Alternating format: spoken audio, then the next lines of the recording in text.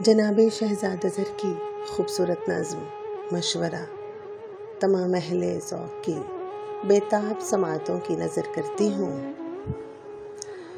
ہوا تیز تھی، میں بہت قیمتی کاغذوں کی طرح تجھ کو سینے کی بکل میں محفوظ کرتا چھپاتا، کسی پیڑ کی اوٹ میں جا چھپا تھا۔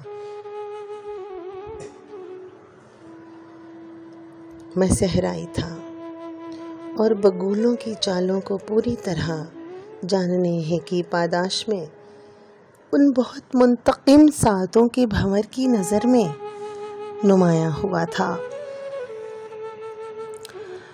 تجھے کم خبر تھی کہ میں شہر گرد و غبار تعلق میں کتنا کھٹکتا تھا سب کو۔ میں انسان تھا اور تکلم کے سارے قرینوں کے امکان مجھ میں زمانوں کے سربستہ لفظوں کے کیا کیا جہاں کھولتے تھے۔ تجھے بھی کسی گہرے اسرار کی تہ سے میں نے اٹھا کر گلے سے لگایا،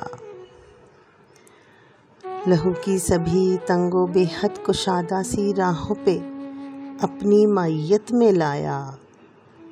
بگولے سمجھتے تھے تو قیمتی فائلوں کی جگہ لے چکی ہے میری زندگی میں، تو قیمتی فائلوں کی جگہ لے چکی ہے میری زندگی میں۔ انہیں یہ بھی معلوم تھا اپنے احساس کی جن تہوں میں تجھے میں نے رکھا ہے تو اس جگہ کتنی محفوظ ہے۔ پیڑ کی اوٹ سے میں کسی وقت نکلوں گا اور پھر تجھے سطر در سطر ایک درِ خواندگی سے گزاروں گا۔ جانے حیا جانے معنی، بدن کی حقیقت بہت سرسری چیز ہے۔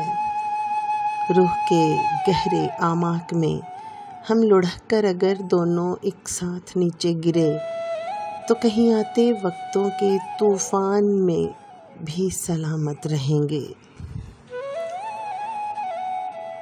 ہم لڑھک کر اگر دونوں ایک ساتھ نیچے گرے تو کہیں آتے وقتوں کے طوفان میں بھی سلامت رہیں گے۔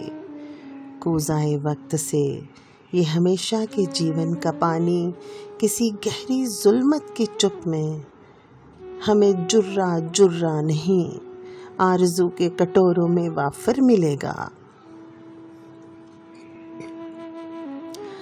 میری مان اور تو چھپی رہ ابھی، میری مان اور تو چھپی رہ ابھی، میرے سینے کے اوراق کی بے کلی میں۔ بگولوں کا جیون تمہارے میرے وقت کے سامنے بس گماں بھر کا ہے۔ چند پل اور ہیں، یہ ہوائیں ٹھہر جائیں گی، پھر موافق سجل دھوپ میں دونوں بیٹھیں گے، پھر موافق سجل دھوپ میں دونوں بیٹھیں گے اور آن بھر دیر تک اپنی باتوں کے طائر اڑاتے ہوئے ہنستے ہنستے کسی پل کے پل سے گزر کر تعلق کے اگلے جہانوں کے بھینچتے ہوئے در کو ہلکی سی ٹھوکر سے کھولیں گے،